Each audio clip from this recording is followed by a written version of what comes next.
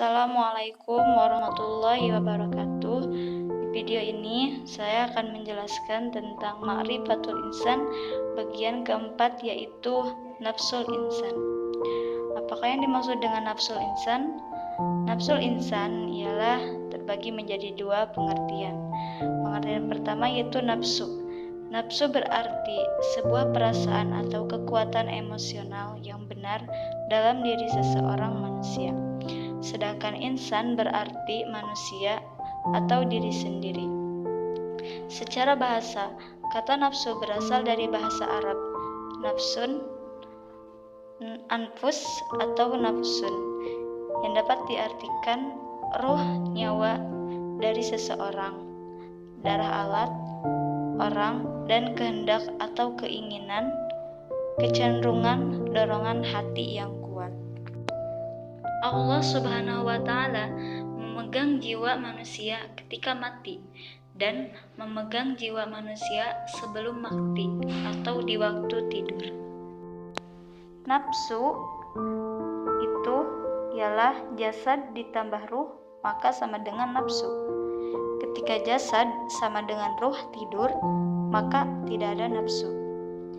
Ketika ruh dikurangi jasad, mati, maka sama, tidak akan ada nafsu. Jadi, nafsu ada setelah tercampurnya jasad dan ruh. Sebagaimana dalam Quran surah Az-Zumar ayat 42.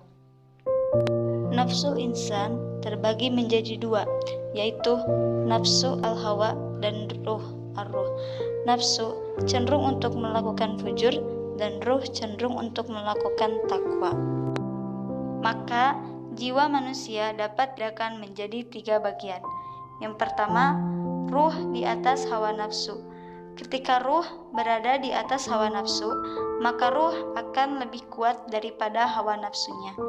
Maka nafsu tersebut akan senantiasa berorientasi dalam zikir, sebagaimana dalam Quran surah Al-Imran. Maka nafsu itu disebut dengan nafsul mutmainnah atau nafsu yang senantiasa membawa dalam kebaikan. Yang kedua, ketika ruh tarik-menarik dengan nafsu, maka jiwa ini cenderung masih terpengaruhi oleh rasio atau ar-rayu. Sedangkan ar-rayu seringkali pijakannya adalah zat atau sangkaan. Inilah yang membuat jiwa manusia berada dalam keadaan ragu-ragu, atau nafsu ini bisa disebut dengan nafsu lawamah.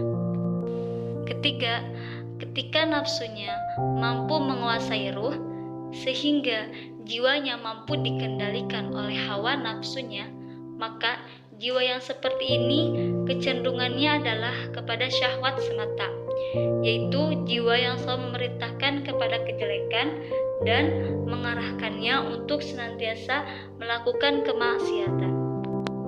Maka nafsu ini bisa disebut dengan nafsu ammarah bisu, nafsu yang membawa kejelekan. Allah Subhanahu wa Ta'ala menciptakan manusia dengan jiwa yang sebaik-baiknya, dan Allah pun mengilhamkan kedua jiwa itu dengan dua jalan, yaitu jalan takwa dan jalan fujur. Ketika kita ingin selamat dunia dan akhirat, maka kawalah diri kita, kawalah nafsu kita untuk menuju kebaikan. Sekian yang dapat saya sampaikan, semoga bermanfaat. Wassalamualaikum warahmatullahi wabarakatuh.